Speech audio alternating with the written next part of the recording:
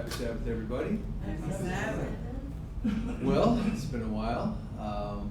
In a lot of ways, it's been a while because camp meeting had us closed down for a couple of weeks while we were enjoying everybody's company from all the other churches. So it's been a while in that sense, and it's been a while in the sense that, at least for me, because I was gone extra Sabbath because of something that happened last Sabbath, which actually is part of the inspiration behind today's sermon. Well, we missed you. Yes, and I missed you guys too. I'm excited to be back. I'm excited to be doing something here. And so I guess we already prayed, so I'm just going to go right into the message. And I'd like to start in Jeremiah chapter 17. And I don't like to say right away what it's going to be about. So I'm going to kind of ease into it a little bit. Make us guess. What's that? Make us guess. Don't make I us mean, guess. you're free to guess if you want to, but I don't think you're going to get it. Oh. But it's not so obvious just by the chapter itself.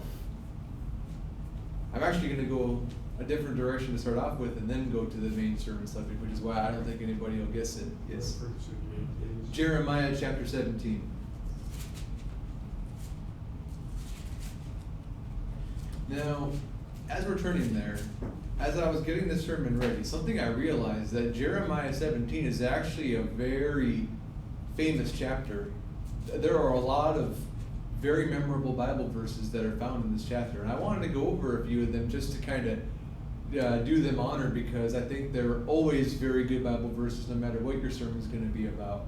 And so I'd like to start with verse 1, actually. It's very, very powerful statement. The sin of Judah is written with a pen of iron, and with the point of a diamond. It is graven upon the tablet of their heart and upon the horns of your altars. I mean, I just thought, wow, that's a powerful way to say something. And I'd like to also do verses 7 through 11. This is a pretty famous portion. Blessed is the man that trusteth in the Lord, and whose hope the Lord is. For he shall be as a tree planted by the waters, and that spreadeth out her roots by the river, and shall not see when heat cometh, but her leaf shall be green, and shall not be careful in the year of drought, neither shall cease from yielding fruit. Kind of reminds you of Psalm chapter 1 there. Verse 9, the heart is deceitful above all things and desperately wicked. Who can know it? I, the Lord, search the heart. I try the reins, even to give every man according to his ways and according to the fruit of his doings. So here, of course, we learn that God looks at each person, and based on what you're doing, how you're living your life, God's going to kind of visit you in that way. To a merciful person, he'll show himself merciful. To a very mean person, he might come across a little mean. Now, this one I found very interesting. Verse 11, as the partridge sitteth on eggs and hatcheth them not, so he that getteth riches and not by right shall leave them in the midst of his days, and at his end shall be a fool. Now, I found it interesting, the word partridge here. It's not a word you use in everyday conversation. There's that famous Christmas song, The Partridge in the Pear Tree, but there's only 2 times where the word partridge appears in the Bible, and neither time does it appear in a pear tree. It's just a partridge doing, and the other verse, it's in 1 Samuel, is actually talking about hunting a partridge in the mountains, and then this is a partridge sitting on eggs, not a pear tree. So I thought that was kind of a random, interesting thing that went into this chapter. Verse 14 is another famous one. What exactly does verse 11 mean? So, okay, it's actually, I mean, it doesn't matter if it's a partridge or any kind of bird, but as the partridge sitteth on eggs and hatcheth them not. So, you know, you're sitting on eggs, you're heating them up, but they're not hatching, so you're wasting your time. So is he that getteth riches and not by right, shall leave them in the midst of his days, and at his end he shall be a fool. Because, I mean, we can't take our money with us wherever we go. Very important thought.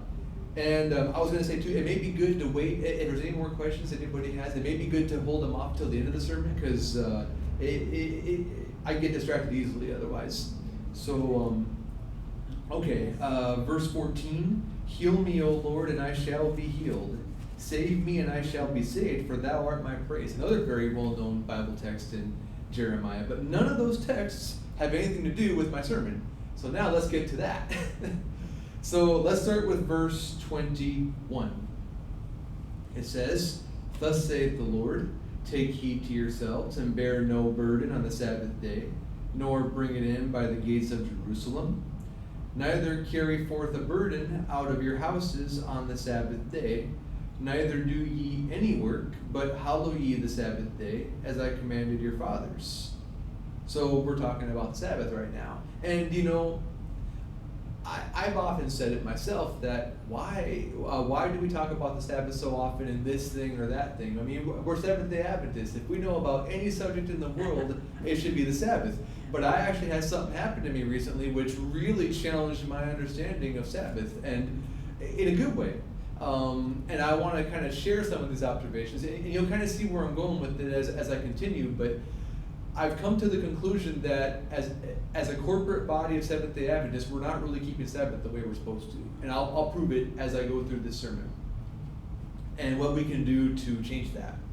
So I'll go to verse 24, and it says, "And it shall come to pass if ye diligently," now I love that word diligent. That implies something more than just a half-hearted, okay, I'll go do it. It's I'm going to do this with everything I've got. "So if ye diligently hearken unto me, saith the Lord, to bring in no burden through the gates of this city on the Sabbath day, but hallow the Sabbath day to do no work therein." And as you read this text, you kind of wonder to yourself, what do they mean by bearing burdens? So I kind of had to think about this in my mind.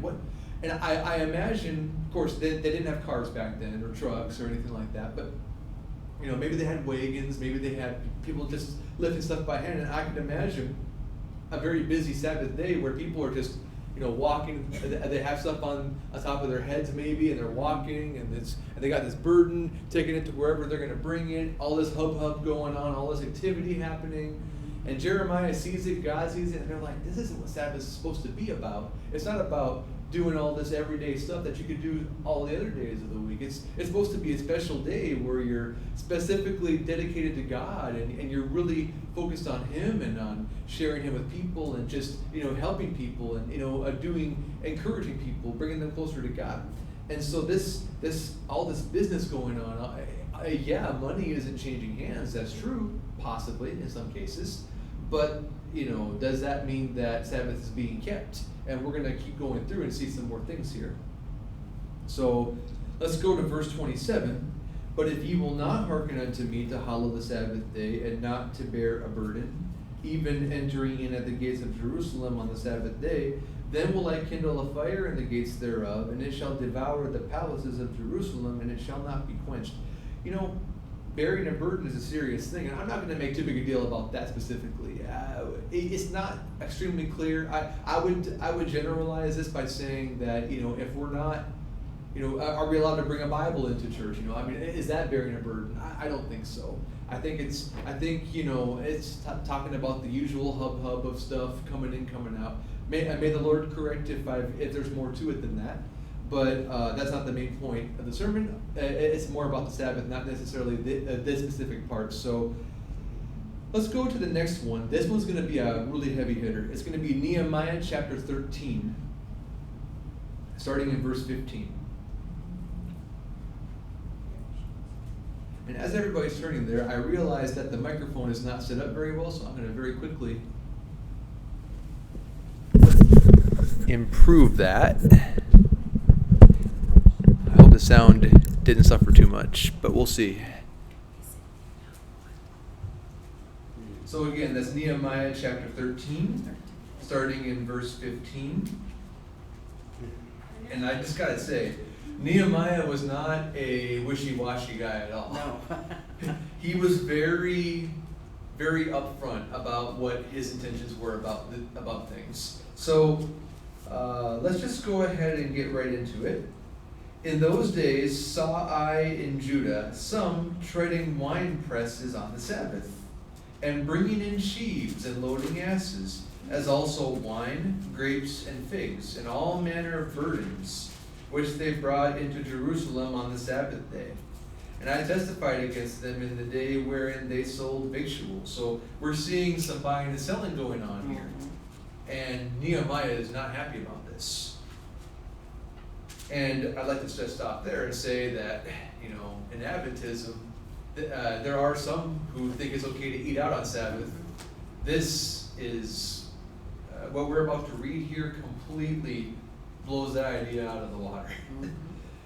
Not okay. So, this is verse 16. There dwelt men of Tyre also therein, which brought fish and all manner of ware, and sold on the Sabbath unto the children of Judah and in Jerusalem. Then I contended with the nobles of Judah, and said unto them, What evil thing is this that ye do, and profane the Sabbath day? Did not your fathers thus, and did not our God bring all this evil upon us, and upon this city? Yet ye bring more wrath upon Israel by profaning the Sabbath. And it came to pass that when the gates of Jerusalem began to be dark before the Sabbath, I commanded that the gates should be shut, and charged that they should not be opened till after the Sabbath. And some of my servants set I at the gates, that there should be no burden be brought in on the Sabbath day. He went so far as to close and lock the gates. He wasn't going to let anybody come into Jerusalem, because to that extent, he wanted to make sure no business of any kind was being done on Sabbath. Mhm. So the merchants, this part's funny. So the merchants and sellers of all kind of ware lodged without Jerusalem once or twice. So they were hanging right outside of the wall of Jerusalem. Then I testified against them and said unto them, Why lodge ye about the wall? If you do so again, I will lay hands on you. So he says, I'm going to get physical with you. I'm going to force you out. Yeah. So you better stay away. Okay. From that time forth came they no more on the Sabbath. So I guess they got the message, didn't they? And I commanded the Levites that they should cleanse themselves, and that they should come and keep the gates, to sanctify the Sabbath day. Remember me, O my God, concerning this also, and spare me according to the greatness of thy mercy. So I really want to point out here that in Nehemiah's mind, the correct solution to this problem was, we're going to take the merchants out. We're not even going to allow them in the city, period. There will be no merchants of any kind doing anything on the Sabbath. Now, I want to talk about something that happened that I've seen in this last month a few times that I think also should be dealt with. And it goes on in Adventism, and it's this idea, I've seen it happens at camp meeting all the time, and it's something that I don't think we should be doing. And it is this where you pay the day before, and then the following day they do their business as usual, but they honor your prepayment as they make you the food that day. I actually think that this goes against what we're reading here, and we shouldn't be doing it. We should stop doing that, because I think it is actually profaning the Sabbath. And when we do this, and there are other things even worse than that I've seen happening at another camp meeting that I won't mention here, but definitely I hope there comes a day where the higher ups look at this and really deal with it, because I think we're really bringing a problem upon ourselves by not keeping Sabbath the way it's supposed to be kept with that. The fact that the merchants have to be in, we're not taking the merchants out. Yeah, maybe we pay the day before, I get that. So you're not actually, but see, we've almost found a loophole where it's like, well, I didn't actually pay money that day. So it's okay if they serve me and do all this stuff as a business, as long as I don't pay them that day. But I disagree with that. They're still doing work for you. They're still doing all these things. They're still conducting their usual business. The only difference is you paid it at a different time than immediately. And so I think we are wrong to do this. And I actually, when I was out this last Sabbath, I did that very thing myself. I went to a place of business, and it was all paid beforehand, but they were still there. They were still making the food. These servers still served it. So yeah, it was prepaid, but at the same time, was I truly keeping Sabbath? Were they truly keeping Sabbath? The answer is no. It simply wasn't happening. And so I was convicted about this while I was there, and it became the inspiration for this part of the sermon anyway. And so I think this is something, and maybe after the sermon we may want to discuss this a little bit, just to kind of see what everybody's thoughts are. But I do believe that we are sinning as a church when we do this, as a corporation, and even when we have this mentality of, if I don't actually give them the money, I'm keeping Sabbath, that's how a Pharisee would say it. I'm sorry, but it is. And I asked the question in my mind, and am I truly keeping Sabbath from my heart when I do this? No, I'm not. I'm finding loopholes, I'm finding ways to get around those restrictions, but I'm not keeping Sabbath from my heart, not at all. And so many times I see people try to find ways around these rules, these restrictions on Sabbath. They try to find ways around it rather than just trying to keep it with their whole heart. And I'm just being blunt here. That's what we do. And I've done it as much as anybody else, maybe even more. And you find that loophole and you say, well, you know what? I didn't pay him the money. I'm still keeping Sabbath. I mean, come on. Let's be honest. The fourth commandment. Exactly, the fourth commandment. And I mean, when we really read that commandment, it even talks about other people can't be working for you. No. Even your animals aren't supposed to work for you on Sabbath. Are we truly keeping it when we try to find all these little loopholes and try to find ways to, as minimally as possible to skate by and keep it? I don't think that's the right way. I don't think that's the right way. And again, I'm not telling anybody here what to do or anybody watching what to do, but I'm just kind of telling you how I've been convicted for me, is that if you're truly keeping Sabbath from your heart, I encourage everybody to ask yourselves these kinds of questions. Is this truly keeping Sabbath from my heart, or am I just skating by?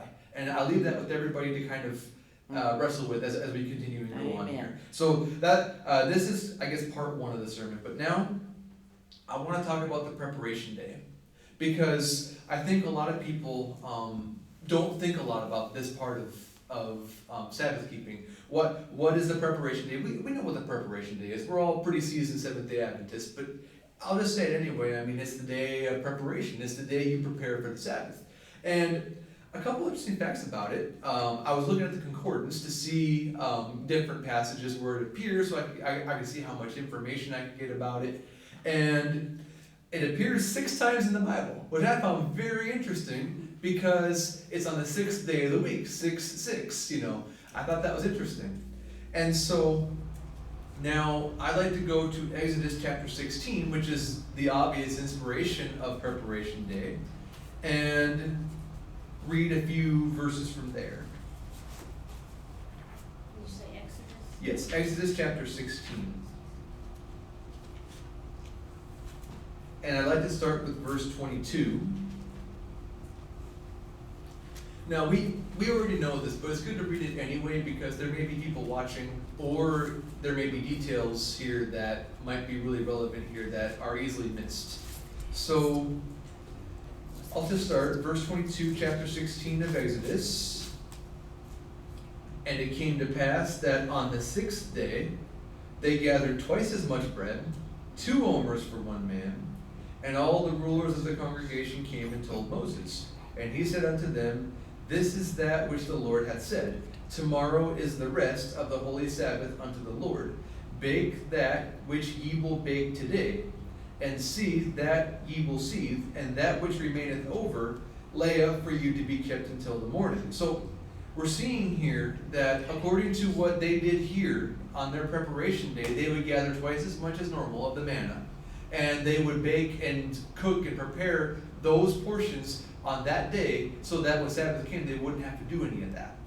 And so that was the purpose of the preparation. And they laid it up till the morning, as Moses bade, and it did not stink, neither was there any worm therein. And as we know, the reason why they're saying this is because every other day of the week, had they done that, it would have molded the bread. It would have caused worms to go in there. It would have stunk really bad. So it's very important that which day it's being done on. And it came to pass that there went out some of the people on the 7th day for to gather, and they found none. Silly people. So I find it very interesting that they did that. And I actually missed verse 25 and 26, I'm sorry.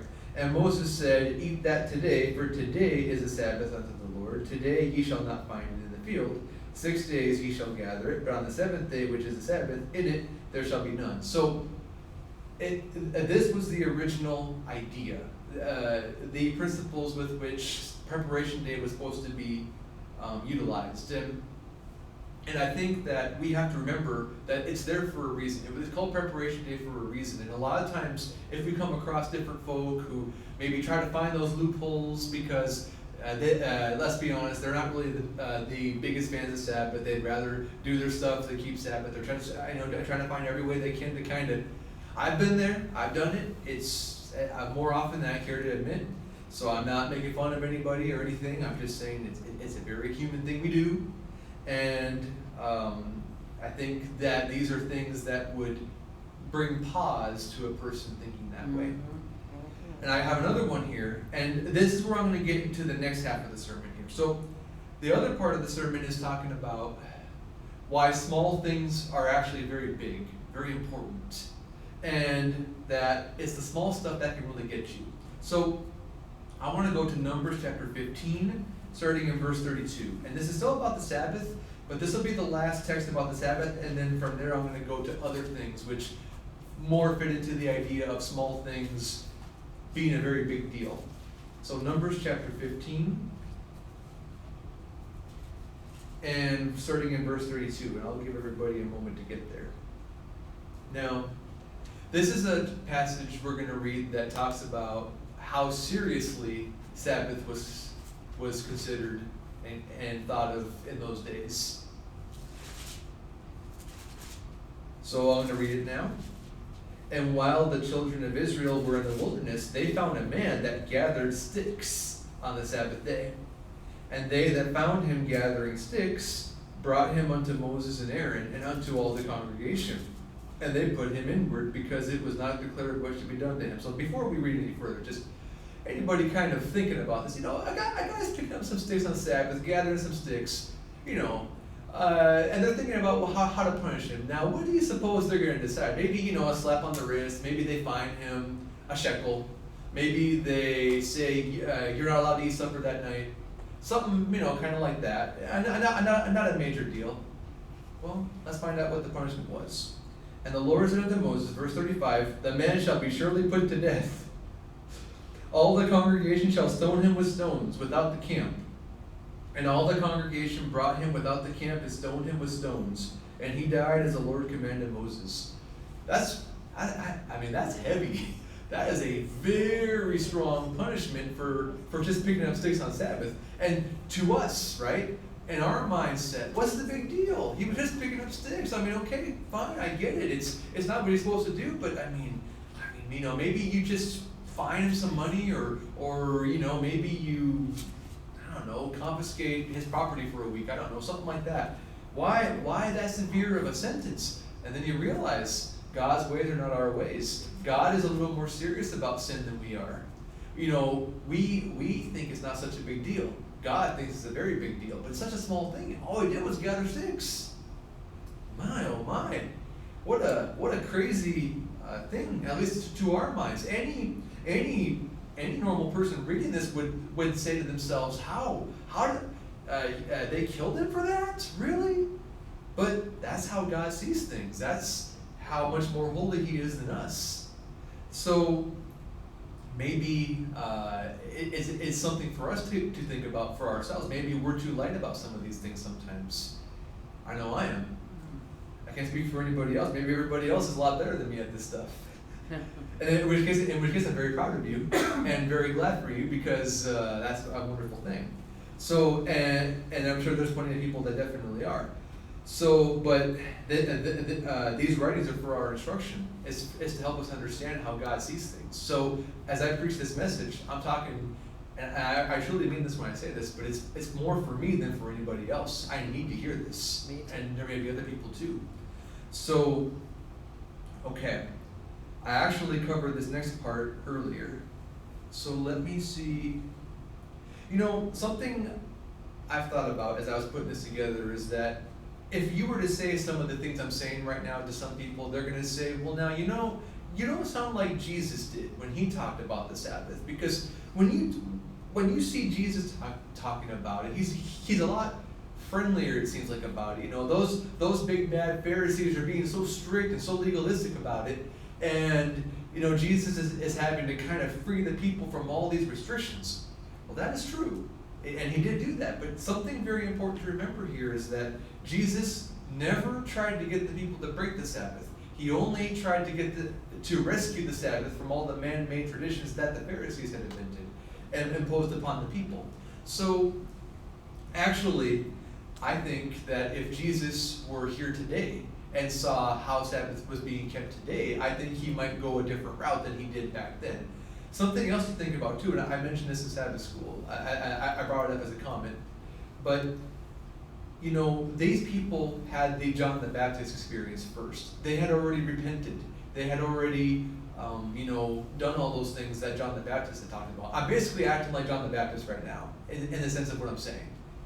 And they had repented, and so they were ready to hear all the good things Jesus had to say. You know, Jesus could bandage their wounds because they had the wounds inflicted on them. You know, so what's the point of a Band-Aid or anything if you don't have a wound to put it on? What's the point of the good news if there's no bad news to save you from? That's why the gospel is such good news, because there's a bad news it's saving you from. That's right. So when you put this all together, I think that it's not a good idea to try to say, well, Jesus said it this way, therefore you're wrong. It's like, no. Jesus was dealing with very different problems in his day than what we're dealing with now. Jesus was dealing with a lot of legalism, and there still is legalism today, but nowadays our bigger problem tends to be that people don't want to obey any rules. That's our bigger problem now. So we have to take different measures to deal with that problem compared to if the problem were the opposite. 100 years ago, it may have been more the opposite. There was a lot of legalism going on, and people had to more deal with that. Anyway, I think that for those reasons, that what I'm saying now is very relevant. So now let's talk about some other little things which maybe weren't so little. And we don't have to read this part, but Adam and Eve, when they ate the fruit, I mean, what do you think they were thinking? Well, it's just a fruit. It's just one little fruit. That's all I did. I didn't kill anybody. I didn't rob a bank. I just ate a fruit. Well, and what was the consequence of that? I mean, it brought death upon everything that exists on earth, right? Everything. So yeah, it was just one small fruit. I guess maybe two, unless Adam ate the same fruit that Eve ate, then it was just one small fruit. But that one little fruit destroyed all of humanity, or at least, let me rephrase that, caused all of humanity to have a death sentence on them. Mm-hmm. One little fruit, that's all it took. And I got more for you. Let's go to Numbers 20, chapter 20, verse 8. And don't worry, after all this bad news I'm saying, I have good news after this. So please, don't be too discouraged by all my gloominess right now. I would never leave you guys with bad news only. That would be a terrible thing to do. Okay, Numbers chapter 20 and verse 8. Okay, God is talking to Moses here. Take the rod, and gather thou the assembly together, thou and Aaron thy brother, and speak ye unto the rock before their eyes, and it shall give forth its water, and thou shalt bring forth to them water out of the rock. So, notice very carefully, God tells Moses he must speak to the rock, and it will give you the water. And thou shalt bring forth to them the water out of the rock.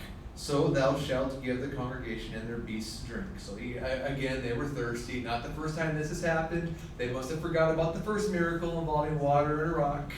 No need to fear. Moses is here, and so is God. So we can solve that problem right here and now. And Moses took the rod from before the Lord as he commanded him. And Moses and Aaron gathered the congregation together before the rock, and he said unto them, Hear now, ye rebels, must we fetch you water out of this rock? And Moses lifted up his hand, and with his rod he smote the rock twice. And the water came out abundantly, and the congregation drank, and their beasts also. Uh-oh, we have a bit of a problem here, don't we? Yes, we do. Moses didn't do it right. Now you may be saying to yourselves, well, that's no big deal. I mean, okay, Moses got a little heated there. He messed up. He didn't speak to the rock. He hit the rock. No big deal. The water still came. We're all good. No problem. Verse 12. And the Lord spake unto Moses and Aaron, Because ye believed me not to sanctify me in the eyes of the children of Israel, therefore ye shall not bring this congregation into the land which I have given them. So guess what? Moses lost out on getting to see the promised land. because of that little thing right there. It was just a little difference of opinion on how to go about the rock, right? God said, speak to the rock, I hit the rock. I mean, it's the same rock. I still did mostly what God told me to do. No big deal. But apparently it was a big deal. Okay, I have a few other ones here. In Joshua chapter 7. Now, I'm going to say a word that all of you probably know, and you're going to know right away where I'm going. Achan. Achan. A-C-H-A-N. Now, I'm going to read the first verse, and then I'm going to read verses 24 through 26. So, now Joshua is the leader. Moses died, so we are in a different era of Israel's history, but not too far off from the original era. But the children of Israel committed a trespass in the accursed thing. For Achan, the son of Carmi, the son of Zabdi, the son of Zerah of the tribe of Judah, took of the accursed thing, and the anger of the Lord was kindled against the children of Israel. Now, Achan doing that little thing, when Israel would go to war during that time, they would lose every time. A bunch of people would die. So Achan's little accursed thing killed a bunch of people. Yes, it did. So what did he do? We're going to find out. Oh, okay, you had said that. Yes. So, let's go. Right here. Let's go to verse 19. And we're going to talk about exactly what it was Achan did. Yep, Joshua 7:19. And if perchance there's somebody watching who speaks Spanish, then I'm going to go ahead and say Joshua 6:19. Oh, 6? I'm sorry, 7. Siete. I get them mixed up. I'm so sorry. Siete. Yes, 7. Okay. It's easy to mix those two up. I'm so sorry. That's good. Anyway, and Joshua said unto Achan, my son, give, I pray thee, glory to the Lord God of Israel, and make confession unto him. And tell me now what thou hast done. Hide it not from me. What did he do? What did he do? And Achan answered Joshua and said, indeed, I have sinned against the Lord God of Israel, and thus have I done. When I saw among the spoils, so pause here, they had fought in a battle at some point previously, and there were some spoils from there. And of course, whenever you beat the other army, they have all kinds of valuable stuff there. They have coats, they have swords, they have money, all kinds of stuff. So now we have spoils here. When I saw among the spoils a goodly, or handsome, or very nice looking Babylonish garment, and 200 shekels of silver, and a wedge of gold of 50 shekels weight, then I coveted them and took them, and behold, they are hid in the earth in the midst of my tent, and the silver under it. So pause there. Before we read about anything else, no big deal. He didn't steal it from anybody. The guy wasn't alive anymore. So he didn't steal from anybody. This dead guy had a Babylonish garment. He had some money, but it wasn't his money anymore. He was dead. So did he really do anything that bad? But wait a second, God has said not to take any of the spoils from that battle. So he disobeyed, right? So okay, no big deal. He maybe a slap on the wrist, maybe a small fine, maybe he has to pay interest on the shekels he took in the Babylonish garment. No big deal, right? Let's find out. So Joshua sent messengers, verse 22, and they ran into the tent, and behold, it was hid in his tent, and the silver under it.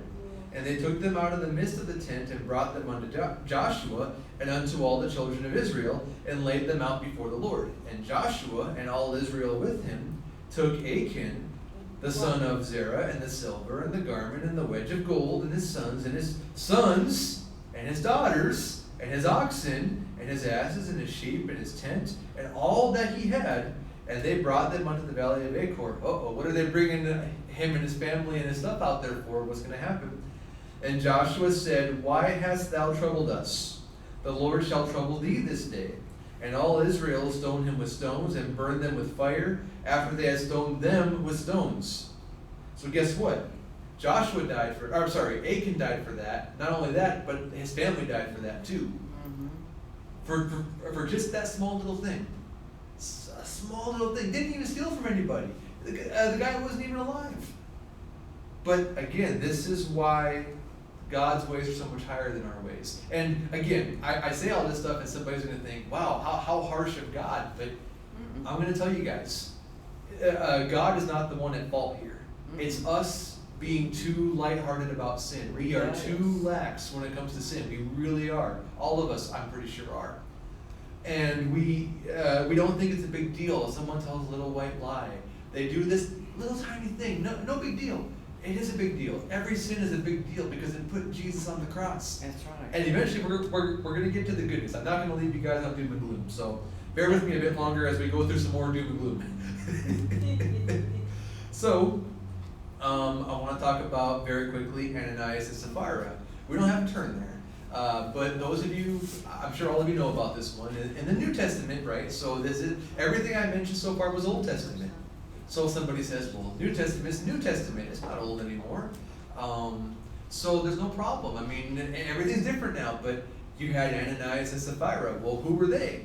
They were people that said, we gave all the money from the house we sold for the work. Problem was, they lied. They didn't give all the money from the house that they sold. They actually held back a part of their money and said that they gave all of it. So they lied. And they lied to the Holy Spirit and to the church. And what are you supposed to happen to them for that? Slap on the wrist? Pay a fine? No, sir. Or ma'am. They died for that. And I want to go now to 1 Samuel chapter 13. 1 Samuel chapter 13. We want to talk about Saul, king of Israel.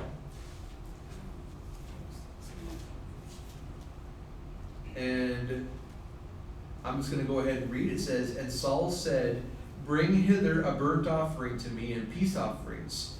So, a little context here. They're in the middle of a war right now, middle of a battle going on, and things aren't looking too good for Israel. And Samuel was supposed to come so that he could offer the sacrifices to get God's blessing upon the battle so that they could win and not have any problems. Problem is, Samuel's not there right now. So, we're in a bit of a situation here. Saul is under pressure. He has to figure out what he's going to do about it. So Saul's solution is, you know what? I'll just go ahead and offer it myself. I don't need Samuel here. I'll just offer the sacrifices, and that's that.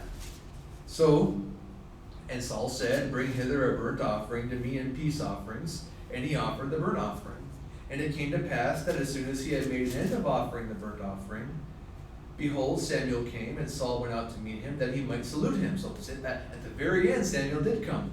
And Samuel said, what hast thou done? And Saul said, because I saw that the people were scattered from me, and that thou camest not within the days appointed, and that the Philistines gathered themselves together at Michmash, I don't know how you say that, Michmash, wishy-washy, I don't know. Therefore said I, the Philistines will come down now upon me to Gilgal, and I have not made supplication unto the Lord. I forced myself therefore and offered a burnt offering. My.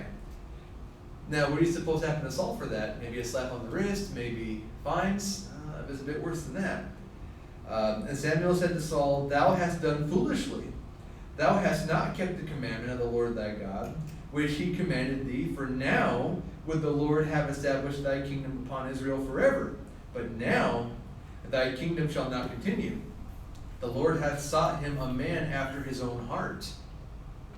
And the Lord hath commanded him to be captain over his people, because thou hast not kept that which the Lord commanded thee. Now, notice this.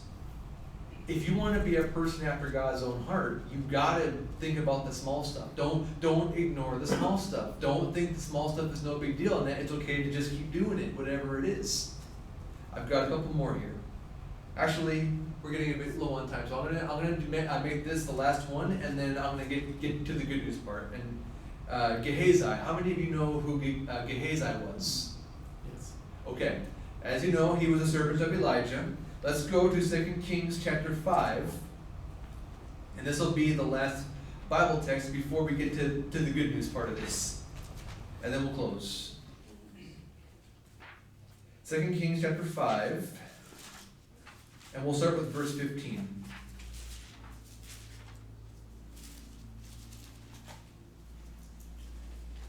All right. So this is where Naaman gets healed of his leprosy, and Naaman is just thrilled He's so thankful. He wants to pay them for all the good that they did for him. And he returned, Naaman did, to the man of God, he and all his company, and came and stood before him, and he said, Behold, now I know that there is no God in all the earth, but in Israel. Now therefore, I pray thee, take a blessing of thy servant. Now, but he, Elijah, said, As the Lord liveth, before whom I stand, I will receive none. And he urged him to take it, but he refused. So it wasn't one time. He kept saying, Elijah, take this money, man. Just take my money. You healed me of this. I'm so thankful. Just accept it. Elijah wouldn't do it.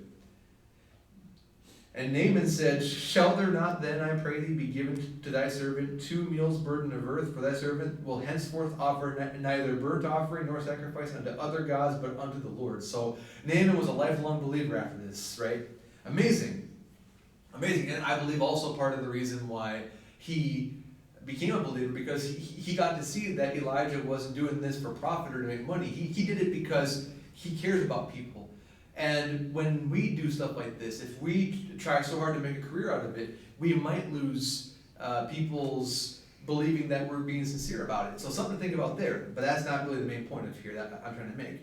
But let's get to the main point. Let's go to verse 20.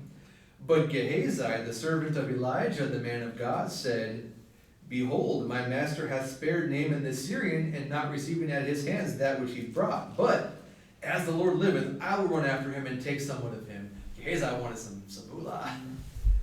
So Gehazi followed after Naaman, and when Naaman saw him running after him, he lighted down from the chariot to meet him and said, Is all well? And he said, All is well. My master hath sent me, saying, so that's a lie right there. Behold, even now there be come to me from Mount Ephraim 2 young men of the sons of the prophets. Give them, I pray thee, a talent of silver and 2 changes of garments. And Naaman said, Be content. Take 2 talents. It kind of reminds me of when Jesus says, if they ask you to go a mile with them, go with them too. Naaman was obeying that before Jesus ever commanded that. Yeah, take 2 talents of silver. And he urged him and bound 2 talents of silver in 2 bags, with 2 changes of garments, and laid them upon 2 of his servants. And they bore them before him. And when he came to the tower, he took them from their hand and bestowed them in the house, and he let the men go, and they departed. Okay, so I'm going to ask the same question again. What do you suppose happened to him because of that? Slap on the wrist? Maybe he had to pay a fine? Maybe something light? Well, let's find out.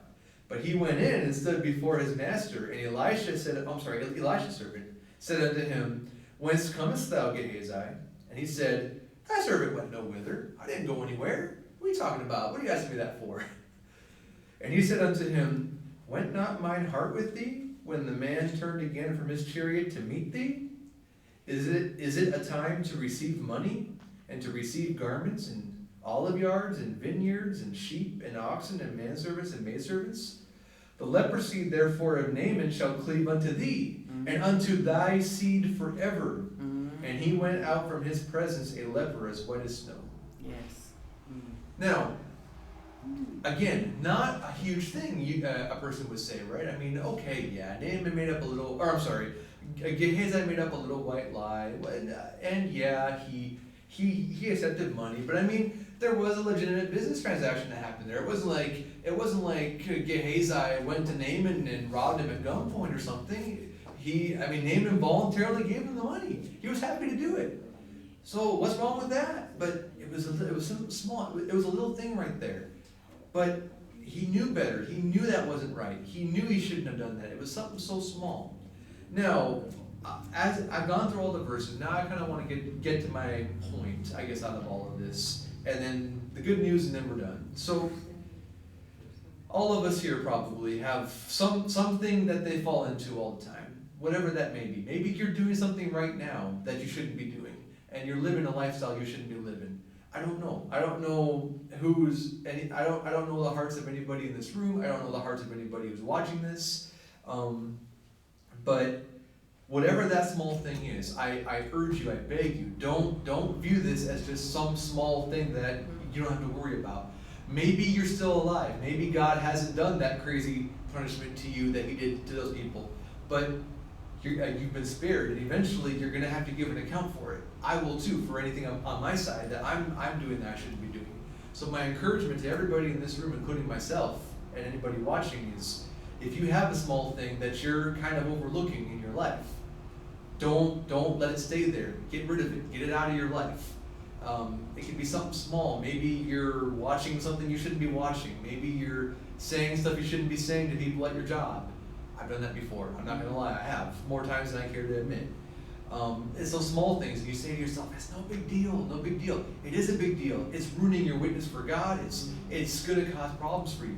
Don't do it. Don't think that small thing can't get you. It's gonna get you. And if you don't repent of it, what did we read in that end of time book earlier? So get rid of it. We need to get rid of it. And now is the time for confessing and putting away our sins. Amen. It's not for tomorrow. Tomorrow may never come for us. We may have a heart attack today and we haven't gotten right with God about these things. We have to bring this before God and make an honest repentance of it. And we need to make a break with it because God doesn't want us to keep holding on to this stuff. Now, okay, enough doom and gloom. What's the good news? The good news is that by faith we can go to God right this moment if we wish to. And we can do what I'm saying we should do. We can go to God and say, "Lord, I need your help." And the best part is we don't have to rely on ourselves to do it. God is going to help us. Amen. We will express our willingness to do it. God's going to help us get there. We put our faith in God and we repent of the thing. We say, "Lord, I'm giving you this sin. I don't want it anymore." Give it to God. Give it to God, and by God and by your grace, by God's grace, I am going to walk a better way. If I mess up again, I'm going to bring it to you again, and it's going to be great. Amen. So there's always good news. There's always a way of escape, and all you got to do is just renew yourselves to God today, and it should be an everyday thing. Renew yourselves to God today, and just enjoy your next chapter, and you'll be doing great. So that's all I've got for today. I'm going to turn off the video, and after that, if there's anything anybody wants to ask or talk about, we can. Well, how would you